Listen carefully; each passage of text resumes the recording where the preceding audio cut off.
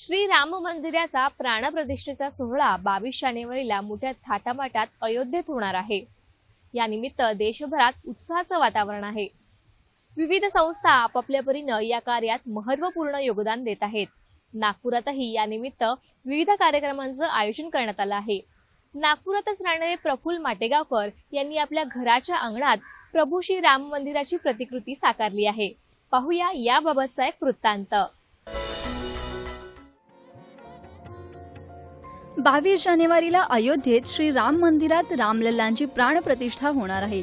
यामुळे देशभरात उल्हासाचं वातावरण आहे। देशात स्थानिक पातळीवरही नागरिक विविध प्रकारे आनंद व्यक्त करत आहेत। शासनाच्या वतीने विविध उपक्रमही राबवले जात आहेत। नागपुरातल्या सिव्हिल अभियंता प्रफुल्ल माटेगावकर यांनी तर चक्क अयोध्येत बनवण्यात आलेल्या राम मंदिराची प्रतिकृती आपल्या अंगणात साकारली आहे।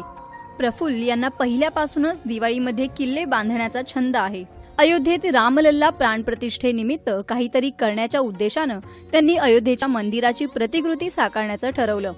4 महिन्यांपासून तयारी करत 1 महिना अगोदर त्यांनी मंदिराचं बांधकाम सुरू केलं। सहकार्य माझ्याबरोबर 2 लोक होते आणि पेंटिंग करता एक व्यक्ती होता की जो माझ्याबरोबर काम करायचा, कारण इतकं सगळं कटिंगचं काम हे माझ्या एकट्याचं शक्यच नव्हतं। आणि काही काम मात्र मी थोडं स्मार्टली करायचं आणि थोडं वेळेअभावी, जसं हे सीएलसी कटिंग 181 आर्चेस मला कट करायच्या होत्या।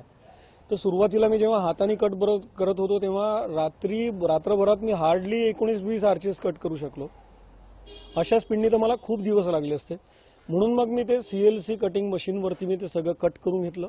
त्यामुळे बरंचसं काम सोयीस्कर झालं माझ्याकरता। ही याची लांबी आहे या प्रतिकृतीची 21 फूट, विड्थमध्ये म्हणजे रुंदी आहे 15 फूट, कळसाची हाईट आहे 11 फूट आणि त्याच्यावरती 4 फुटाचा झेंडा, अशी 15 फूट हाईट त्याची आहे।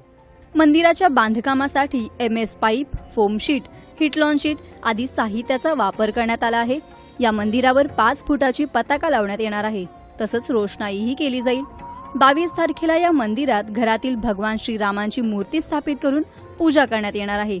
तर जास्तीत जास्त नागपूरकरांनी आणि नागपूरच्या आसपास असलेल्या लोकांनी इथे यावं, कारण 22 जानेवारी नंतर सुद्धा मी जवळपास महिनाभर ही प्रतिकृती इथे ठेवणार आहे आणि त्याच्यानंतर एखाद्या चांगल्या संस्थेला मी ती डोनेशन किंवा डोनेट करणार आहे आणि मग त्यांना मी तिथे ती असेंबल करून देणार आहे। नागरिकांना पाहता यावं यासाठी हे मंदिर खुलं करण्यात आलं आहे।